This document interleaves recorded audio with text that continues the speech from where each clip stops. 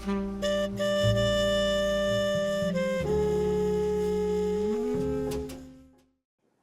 ans. 10 ans de bonheur. C'était au temps où Paris rayonnait. C'était au temps du cinéma muet. De 1919 à 1929, la France danse, chante, s'amuse. Elle se presse au spectacle de Maurice Chevalier et de Mistinguett. Elle fait un triomphe à la beauté féline de Joséphine Baker. On revient de l'enfer, autrement dit de la guerre et d'un cauchemar de 4 ans. Tout est à reconstruire, à commencer par le pays.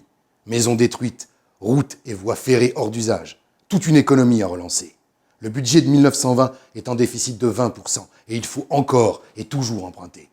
La dette, qui tournait autour de 30 milliards de francs en 1913, atteint 300 milliards en 1928. Fort heureusement, l'industrie repart, l'automobile, la chimie tirent la reprise, l'agriculture se modernise. Et surtout, tout le monde veut oublier les tranchées et les hommes tués au front. Alors on fait la fête. Le jazz, le charleston font fureur. Le music hall séduit aussi les milieux populaires par sa gouaille et son côté canaille. Partout, ou presque, on affiche complet tous les soirs, notamment au Moulin Rouge. Du côté des intellectuels, on ne fait pas non plus relâche. Le centre de gravité de Paris s'est déplacé, passant de Montmartre à Montparnasse.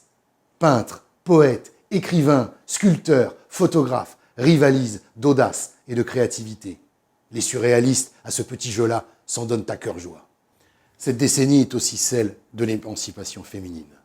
Les femmes bourgeoises découvrent la conduite automobile, portent les cheveux courts, fument en public, occupent les terrasses des cafés. La féminité moderne, elle est faite d'impertinence et d'élégance, à l'image du style d'une certaine Coco Chanel. À celles qui ne veulent pas suivre le mouvement, l'État fait appel à leur ventre. Autrement dit, les gouvernements mènent une politique nataliste après l'hécatombe de 14-18. Pour cela, on incite, si je puis dire, avec des congés maternité, des subventions, une fiscalité avantageuse pour les familles nombreuses. Les familles, elles se réunissent désormais de plus en plus nombreuses autour de la TSF. La radio, avec ses retransmissions de concerts, mais aussi d'informations, fait entrer le monde dans les foyers français. Le téléphone, lui aussi, se développe. Et les arts ménagers, grâce à une certaine fée électricité, permettent aux femmes de libérer leur quotidien domestique. Lave-vaisselle, aspirateur, réfrigérateur, lave-linge, fer à repasser font un véritable triomphe au salon de 1923. Partout, l'espoir et l'insouciance. Une réelle confiance en l'avenir.